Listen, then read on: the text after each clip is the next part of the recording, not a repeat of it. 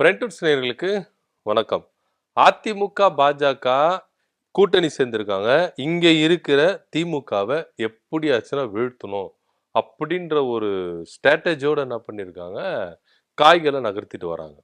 சரி, ஓகே. இவங்க வந்து பாஜக, அதிமுக அப்படின்றவங்க வந்து கூட்டணி சேர்ந்திருக்காங்க. இங்க ஆளுங்கட்சியா இருக்கிற திமுகவை வீழ்த்த போறாங்க. கரெக்ட். ஆனா காலங்காலமா ஒரு சில விஷயங்கள்லாம் நடந்துட்டு வருது. எப்படின்னா, நீங்க இதுக்கு முன்னாடி வந்து பாத்தீங்கன்னா, தமிழ்நாட்டுல வந்து காங்கிரஸ் வந்து ஆட்சி செஞ்சது. அப்போ திமுக வந்து கட்சி தொடங்கி காங்கிரஸுக்கு எதிரா வந்து என்ன பண்றாங்க, பிரச்சாரங்களை மேற்கொள்றாங்க. அப்படி பிரச்சாரங்களை மேற்கொள்ளும் பொழுது என்ன ஆகுதுன்னு பாத்தீங்கன்னா, ஆளும் காங்கிரஸை எப்படின்னா வீழ்த்தணும் அப்படின்றது தான் திமுகவுடைய கோலா இருக்கு. அப்ப என்ன மாதிரி கோரிக்கைகளை முன்வைக்கிறாங்க, பிரச்சாரங்களை முன்வைக்கிறாங்க அப்படின்னு பாத்தீங்கன்னா, இந்தி திணிப்பு ஆளுக வைக்கிறாங்க. அப்படி வைக்கும் பொழுது இங்க இருக்கிற தமிழ் மொழி அழிந்துரும், நம்ம தமிழ்நாடே காணாம போயிடும். சோ அங்க ஆளும் காங்கிரஸுக்கு ஆப்போசிட்டா வந்து திமுக வந்து என்ன பண்றாங்க, பிரச்சாரங்களை மேன்வைக்கும் பொழுது, இந்த மாதிரி குற்றச்சாட்டுகளை மேன்வைக்கும் பொழுது, புரோஜனமான குற்றச்சாட்டுகள், மக்களுக்கான ஒரு குற்றச்சாட்டு, நாட்டுக்கான ஒரு புரோஜனமான ஒரு குற்றச்சாட்டுகளை முன்வைக்கும் பொழுது அங்க காங்கிரஸ் வீழ்த்தப்படுது, திமுக ஆட்சி பிடிக்குது. சோ அதுக்கப்புறம் வந்து பாத்தீங்கன்னா, தொடர்ந்து வந்து பாத்தீங்கன்னா இங்க திமுக ஆட்சி செய்யும் போது அதிமுக வந்து என்ன பண்ணுது, எம்ஜிஆர் வந்து என்ன பண்றாரு, கலைஞருக்கு வந்து தனியா வந்து அவங்க வந்து பாத்தீங்கன்னா சொத்துக்களை சேர்க்கிறாங்க, குடும்பத்துக்கு சொத்துக்களை சேர்க்கிறாங்க, தமிழ்நாட்டுக்கு வந்து இவங்க எதுவுமே பண்ண மாட்டாங்க. சோ இந்த மாதிரி பிரச்சாரங்களை முன்வைக்கும் பொழுது ஆளும் திமுக அரசுக்கு ஆப்போசிட்டான புரோஜனமான பிரச்சாரங்களை, கருத்துக்களை முன்வைக்கும் பொழுது அங்க அதிமுக ஆட்சிக்கு வருது. சோ இப்படியாதான் வந்து பாத்தீங்கன்னா தமிழ்நாடு வரலாறு எடுத்து பாத்தீங்கன்னா, ஆளும் கட்சி மேல நியாயமான குற்றச்சாட்டுகள், நியாயமான பிரச்சாரங்கள் அப்படி முன்வைக்கும் பொழுது ஆளும் தரப்புக்கு அது மைனஸ் ஆகி எதிர்க்கு தரப்பினர் வந்து என்ன பண்ணுவாங்க, ஆட்சியை பிடிக்கிறாங்க. இப்போ உதாரணத்துக்கு ஜெயலலிதா வந்து என்ன பண்ணாங்கன்னா, சொத்து குவிப்பு வழக்குல போனாங்க. அப்போ வந்து திமுக வந்து என்ன மாதிரி குற்றச்சாட்டுகள், இவங்க வந்து பாத்தீங்கன்னா அது இவங்களுக்கு நிர்வாகமே சரியில்லை, இவங்க சொத்துக்களை வந்து பண்றாங்க, தனிநபருக்கு வந்து என்ன பண்றாங்க, அழிக்கிறாங்க, அப்படி இப்படின்னு சொல்லிட்டு ஏகப்பட்ட குற்றச்சாட்டுகள். சோ ஏதோ ஒரு விதத்துல வந்து பாத்தீங்கன்னா மக்களுக்கு ஜெயலலிதா மேல அதிருப்தி ஏற்பட்டு திமுக வந்து ஆட்சிக்கு வைக்கிறாங்க. சோ திமுக வந்து ஆட்சி செய்யும் போது ஜெயலலிதா அவங்க வந்து என்ன பண்றாங்க, திமுக மேல அதிருப்தி வைக்கிறாங்க. மக்களுக்கும் அது அதிருப்தியா தான் இருக்குது. சோ தொடர்ந்து 2 வாட்டி என்ன பண்ணாங்க, திமுகவை வீழ்த்தி அதிமுக வந்து ஆட்சி கட்டில அமர்ந்தது. சோ அது மாதிரி தான் இப்போ 4 வருஷம் வந்து பாத்தீங்கன்னா எடப்பாடி பழனிசாமி ஆட்சி அமைச்சாரு. ஆட்சி அமைத்து பாஜகவுக்கு தான் ஃபுல் சப்போர்ட் பண்ணாரு. அதை எதிர்த்து நியாயமான கோரிக்கைகள், நியாயமான பிரச்சாரங்களை நம்ம முதல்வர் அவர்கள் வந்து முன்வைத்ததுனால இன்னைக்கு மகத்தான வெற்றி பெற்று 5 ஆண்டு வந்து ஆட்சி செய்யறாரு. இன்னைக்கு வந்து இப்போ பாஜகவும் அதிமுகவும் கூட்டணி சேர்ந்துன்னு இந்த திமுக ஆட்சி எப்படியாச்சும் வீட்டுக்கு அனுப்பணும் அப்படின்னு சொல்லிட்டு கங்கணம் கட்டிடுவேன் அலையறோம். அது எதுவும் பிரச்சனை இல்லை. ஏன்னா எல்லாருக்கும் இருக்கிற ஆசை தானே, எப்படியாச்சுன்னா இந்த ஆட்சி கட்டில போய் நம்ம உக்காந்துடணும், எப்படியாச்சுன்னா இவங்க ஆட்சியாளர்கள் இறக்கிட்டு நம்ம போய் உக்காந்துடணும் அப்படின்ற ஆசை வந்து எதிர்த்தரப்பினருக்கு இருக்கும். அது நியாயமானது, அதுல எந்த வித மாற்று கருத்து இல்லை. ஆனா இவங்க வைக்கிற குற்றச்சாட்டுகள் எல்லாம் நியாயமா இருக்குதா அப்படின்னு சொல்லி கேட்டோம்னா, ஏன்னா இதுக்கு முன்னாடி நான் சொன்ன போது தமிழ்நாட்டு அரசியல் வரலாற்றிலேயே ஆளும் தரப்பினர் மேல நியாயமான குற்றச்சாட்டுகள் முன்வைத்து மக்கள் மத்தியில வந்து என்ன பண்ணுவாங்கன்னா பிரச்சாரங்களா மேற்கொள்வாங்க. அப்போ மக்கள் வந்து யோசிப்பாங்க, அதிருப்தி இருக்கு, இவங்க சொல்றது எதிர்த்தரப்பினர் சொல்றது கரெக்ட் தான், ஆளும் கட்சி இந்த மாதிரி எல்லாம் தவறு பண்ணிருக்காங்க, திரும்பவும் அவங்களையே நம்ம உட்கார வைக்கணும், சோ அது வந்து நம்ம என்ன பண்ணலாம், இவங்களே உட்கார வைக்கலாம் அப்படின்னு சொல்லிட்டு மக்கள் வந்து என்ன பண்ணுவாங்க, ஓட்டு மூலியமா நிர்ணயித்து வர வைக்கிறது தான். சோ இப்போ இங்க பாஜக அதிமுகவும் திமுக மேல என்ன மாதிரி குற்றச்சாட்டுகள் வைக்கிறாங்கன்னா, ஒரு குற்றச்சாட்டு வைக்கல. என்ன சொல்றாங்க, எப்படியாவது திமுகவை வீட்டுக்கு அனுப்பணும், எப்படியாவது திமுகவை வீட்டுக்கு அனுப்புறதுக்கு உங்க கிட்ட என்ன கொள்கை இருக்கு, என்ன குற்றச்சாட்டு இருக்கு அப்படின்ற ஒரு விஷயம் இருக்குல்ல, இததான் அண்ணாமலை அவர்களும் கேட்கிறாரு.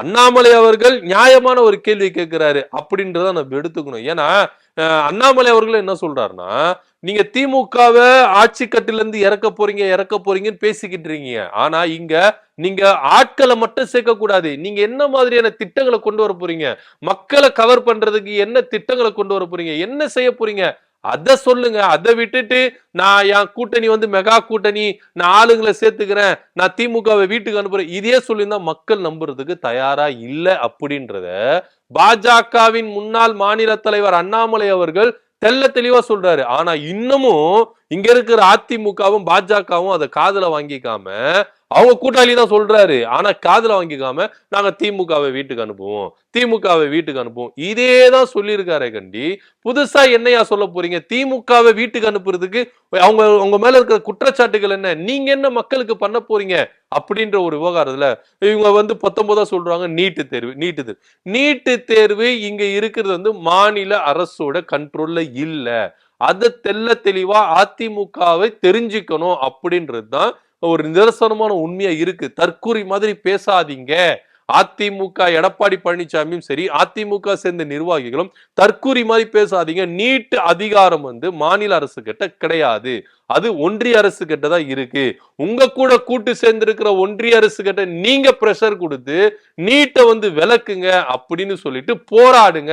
மேபி நாங்க தான் போராடி எங்க கூட்டணியில் இருக்கிற பாஜக ஆட்சியாளரிடம் மோடி கிட்ட நாங்க பேசி, அமித்ஷா கிட்ட நாங்க பேசி இந்த நீட்டுக்கு நாங்க விலக்கு கொடுத்தோம், நீட்டை நாங்க ரத்து செஞ்சிட்டோம் அப்படின்னு நீங்க வந்து என்ன பண்ணுங்க, அத பேரை வச்சு அந்த பிராண்டை வச்சு நீங்க ஓட்டு வாங்கிக்கலாமே இப்படின்ட்டு நம்மளுக்கு கேட்க தானே தோணும். ஆனா இவங்க கூட்டணிக்குள்ள இருந்துகிட்டு திமுகவை குறை சொல்றாங்க. நீங்க நீட்டு ரத்து பண்ணா மேல இருக்கிறவங்க ரத்து பண்ண, இங்க இருக்கிற மசோதா நிறைவேற்றியாச்சு, மக்கள் கிட்ட சைன் வாங்கி அனுப்பிச்சியாச்சு, பெற்றோர்கள் கிட்டையும் மாணவர்கள் கிட்டையும் கையெழுத்து இயக்கம் ஸ்டார்ட் பண்ணி எல்லாத்தையும் அனுப்பி குடியரசுத் தலைவர் மாளிகையில தூங்குது. அதை தூசி தட்டி எழுப்புறது கூட குடியரசுத் தலைவருக்கு நேரம் கிடைக்கல. இங்க இருக்கிற ஆட்சியாளர்கள் எந்த அளவுக்கு போயிட்டு லெட்டர் மூலியமாவும் முறையிட்டாங்க, நேரடியாவும் போய் முறையிட்டாங்க. ஆனா அது எல்லாத்துலயும் செவி சாய்க்காம மத்திய அரசு காதை மூடிக்கிட்டு கிடக்குது. ஆனா இவங்க திமுகவை என்ன பண்றாங்க, குறை சொல்லிக்கிட்டே இருக்கிறாங்க. திமுகவை இதுல எதுவுமே பண்ண முடியாது. ஏன் திமுக வந்து ஆளுநருக்கு வந்து மசோதா வந்து நிர்ணயம் காலக்கேடு வந்து நிர்ணயிச்சாங்கல்ல, அது எவ்வளவு பெரிய மகத்தான இது.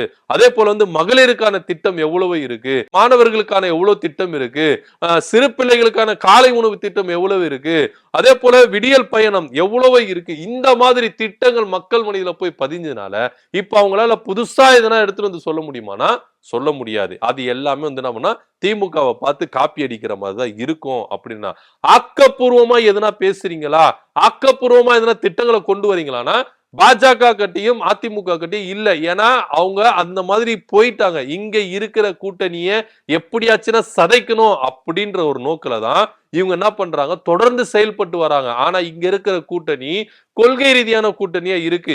மதம் சார்ந்த கட்சிகளை, மதம் சார்ந்த சக்திகளை இங்க கொண்டு வரக்கூடாதுன்னு விடுதலை சிறுத்தைகளோ, கம்யூனிஸ்டுகளோ, இடதுசாரிகளோ, அதே போல மதிமுகவோ போன்ற கட்சிகள் வந்து என்ன பண்ண உறுதியா நம்புறாங்க. அதனால தான் திமுக கூட்டணி ரொம்ப ஸ்ட்ராங்காவே இருக்கு. ஆனா இங்க எப்படியாவது இவங்களை அழிச்சிட்டு நம்ம உள்ள வந்துடணும் அப்படின்ற ஒரு நோக்கத்துலதான் கூட்டு சேர்ந்திருக்காங்க. ஆனா இந்த கூட்டு நீடிக்குமானா நீடிக்காது. சோ இதுதான் வந்து பிரதான ஒரு விஷயமா இருக்கு. நீங்க என்னையா செய்ய போறீங்க, மக்களுக்கு என்ன திட்டங்களை கொண்டு வர போறீங்க? திமுக 2 செஞ்சுதான், நீங்க 4 பண்றேன்னு சொல்லுங்க. திமுக இதை செய்யலையா, நாங்க இதை செய்வோம்னு சொல்லுங்க. மக்களுக்கு பிரயோஜனம் உள்ளதா, மக்களுக்கு ஆக்கப்பூர்வமா இருக்கிறத நீங்க கொண்டு வந்தீங்கன்னா நிச்சயமா வந்து நீங்க வந்து என்ன பண்ண தேவையில்ல, திமுகவை குறை சொல்லணும்னு அவசியம் இல்ல. நீங்க இதை எடுத்துட்டு போயிட்டு மக்கள் கிட்ட சொன்னாலே மக்கள் ஆட்டோமேட்டிக்கா உங்களுக்கு ஓட்டு போடுவாங்க. ஆனா இங்க பாஜகவுக்கும் அதிமுகவுக்கும் அப்படி ஆக்கப்பூர்வமான செயல்கள், ஆக்கப்பூர்வமான திட்டங்கள் இருக்குதானா இல்லவே இல்ல. ஏன் அப்படின்னு பாத்தீங்கன்னா பாஜக கூட கூட்டணி சேர்ந்து இருக்கிற அதிமுக பாஜக கொண்டு வர திட்டங்களை எல்லாமே ஆதரிக்குது. அந்த திட்டங்கள் எல்லாமே தமிழ்நாட்டுக்கும் தமிழ்நாட்டு மக்களுக்கும் விரோதமா தான் இருக்குது கண்டி அது பயனுள்ளதா இருக்குதானா இல்லவே இல்ல. மாணவர்கள் இந்த மும்மொழி கொள்கையை நீ ஏத்துக்கிட்டா தான் உனக்கு கல்வி நிதியே கொடுப்பேன் அப்படின்னு சொல்லிட்டு ஒரு மத்திய கல்வித்துறை அமைச்சர் வந்து அவ்வளோ ஒரு மிரட்டும் துணியில சொல்றாரு. இங்க இருக்கிற திமுக அரசு நீங்க எனக்கு 1 லட்சம் கொடுத்தாலும் இந்த மும்மொழி கொள்கையை நான் ஏத்துக்க மாட்டேன் அப்படின்னு சொல்றாரு. மும்மொழி கொள்கையை ஏத்துக்கிட்ட என்ன விளைவு வரும்னு சொல்லிட்டு சிபிஎஸ்இ பள்ளிகள் மாணவர்களுக்கு நல்லாவே தெரியும், பெற்றோர்களுக்கு நல்லா தெரியும். 3ஆம் வகுப்பு ஒரு பொது தேர்வு, 5ஆம் வகுப்பு ஒரு பொது தேர்வு, 8ஆம் வகுப்பு பொது தேர்வு, 3லயே படிப்பு நிப்பாட்டினோம். அதை தவிர்த்து நம்ம வந்துட்டு 5ஆவதுல நம்ம க்ளோஸ் பண்ணிடுவாங்க. அதையும் மீறி நம்ம வந்துட்டு 8ஆம் வகுப்போட நம்ம சாப்டர் க்ளோஸ் ஆயிடும், படிப்புன்ற சாப்டர் க்ளோஸ் ஆயிடும். அதுக்கப்புறம் குலத்தொழில போய் கத்துக்க. சோ இதுதான் தேசிய கொள்கை, மும்மொழி கொள்கை வந்து என்ன பண்ணுது சொல்லுது. இதுக்கு சிறந்த உதாரணம், இதை நம்ம வேண்டாம் வேண்டாம் வேண்டாம் எதிர்த்துட்டு வந்துட்டோம். ஆனா சிபிஎஸ்இ பள்ளிகளை இம்ப்ளிமெண்ட் பண்ணிட்டாங்க. இப்பவும் பெற்றோர்கள், சிபிஎஸ்இல இருக்கிற பெற்றோர்கள் நீங்கள் கையெழுத்து போட வேண்டாம், உங்க கேட்ட கையெழுத்து கேட்பாங்க. இந்த மும்மொழி கொள்கையை, தேசிய மும்மொழி கொள்கையை இம்ப்ளிமெண்ட் பண்றதுக்கு உங்க சப்போர்ட் வேணும்னு கேட்பாங்க. ஆனா பெற்றோர்கள் எல்லாம் விழித்திருந்து செயல்படுங்க அப்படின்றதா நம்ம பள்ளி கல்வித்துறை அமைச்சர் அன்பில் மகேஷ் வந்து தொடர்ந்து சொல்லிட்டு இருக்காரு. சோ இந்த அளவுக்கு வந்து பாத்தீங்கன்னா மும்மொழி கொள்கை வந்து மாணவர்களை வந்து கல்வியில சிதைக்குது, இது வேண்டாம் அப்படின்னு சொன்னா. ஆனா இதை ஆதரித்து நாடாளுமன்றத்துல பேசணும் தான் தம்பிதுரை அப்படின்னு. வக்ஃப் வாரிய திருத்த சட்ட மசோதாவை இங்க கொண்டு வராதீங்க, இது இஸ்லாமியர்களை வந்து ஒடுக்கிற ஒரு சட்டம், அவங்களுடைய உரிமைகளை வந்து நசுக்கிற ஒரு சட்டம் அப்படின்றத வந்து தொடர்ந்து வந்து நம்ம என்ன பண்ணோம், குரல் கொடுத்தோம். ஆனா அதிமுக அதை எதிர்த்து பேசாம சப்போர்ட் பண்ணி பேசினாங்க. இவ்வளவு ஏங்க வக்ஃப் வாரிய திருத்த சட்ட மசோதாவை எதிர்த்து உச்ச நீதிமன்றத்துல வழக்கு தொடர்ந்தப்பட்டது. அதிமுக வழக்கு தொடர்ந்தாங்கன்னா இல்ல, ஏன்னா பாஜக கூட கூட்டணியில் இருக்கிறதுனால அவங்க இது பண்ணாங்க. சோ இஸ்லாமியர்களுக்கும் இவங்க என்ன பண்றாங்க, விரோதமா வந்து நிக்கிறாங்க அதிமுக பாஜக கூட கூட்டணி சேர்ந்ததுனால. அதுக்கப்புறம் விவசாயிகளுக்கு எந்த அளவுக்கு வந்து அந்த விவசாய திருத்த சட்ட மசோதாவை கொண்டு வருவேன் அப்படின்னு சொல்லிட்டு கங்கணம் கட்டின்னு இருக்காங்க பாஜக, அதுக்கும் இவங்க ஆதரவு கொடுத்தாங்க. சோ இது மாதிரி தொழில் தொடங்குறவங்களுக்கு ஜிஎஸ்டி மூலமா எந்த அளவுக்கு நெருக்கடி கொடுக்குறாங்க, அதுக்கு ஆதரவு கொடுத்தாங்க. சோ இது போல வந்து பாத்தீங்கன்னா தமிழ்நாட்டுல இருக்கிற பாஜக அரசு தொடர்ந்து வந்து என்ன பண்றாங்கன்னா, இங்க இருக்கிற மாணவர்களுக்கும் சரி, விவசாயிகளுக்கும் சரி, தொழிலாளர்களுக்கும் சரி, மக்களுக்கும் சரி தொடர்ந்து அநீதியை தான் இழைக்கிறாங்க.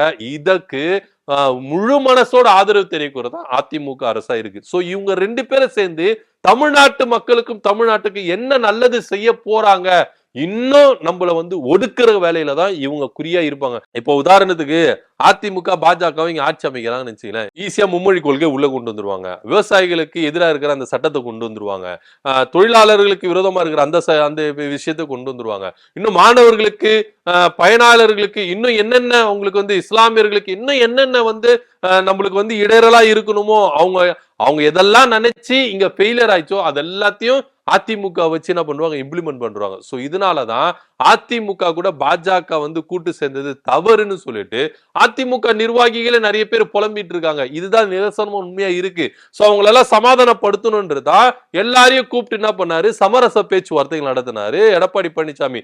மாவட்ட செயலாளர்கள் கூட்டினாரு, செயற்குழு மீட்டிங்ல கூட்டினாரு. சோ இவங்க எல்லாரையும் சமரசம் பண்ணாரு. பேசிட்டு என்ன சொன்னாரு, யாருமே இந்த கூட்டணியை வந்து வெளியே வந்து விமர்சனிக்க வேண்டாம், பேச வேண்டாம் அப்படின்னு சொல்றாரு. ஏன்னா இவங்களுக்குள்ளே சலசலப்பு இருக்கு, அந்த சலசலப்பு வெளியே தெரிஞ்சிடக்கூடாதுன்றதுனால வெளியில நீங்க போய் பேச வேண்டாம் அப்படின்ற ஒரு கட்டளையும் எடப்பாடி பழனிசாமி வந்து போட்டிருக்காரு. சோ இதுதான் வந்து இவங்க கூட்டணிக்குள்ள நடக்கிற குழப்பமான ஒரு சூழ்நிலையா இருக்கு. ஆனா இந்த குழப்பமான ஒரு சூழ்நிலையில திமுகவை வீட்டுக்கு அனுப்புன்னு சொல்லிட்டு தொடர்ந்து குரல் கொடுத்துருங்க. எப்படி நீங்க அனுப்ப போறீங்கன்னு சொல்லிட்டு அண்ணாமலையும் கேட்டுட்டாரு, நம்மளும் கேட்கிறோம், எப்படிங்க, எதை சொல்லிங்க நீங்க வந்து திமுகவை வீட்டுக்கு அனுப்புவீங்க, உங்ககிட்ட ஆக்கப்பூர்வமான செயல்கள் இருக்கா, திட்டங்கள் இருக்கா அப்படின்னு கேட்டா ஒண்ணுமே இல்ல.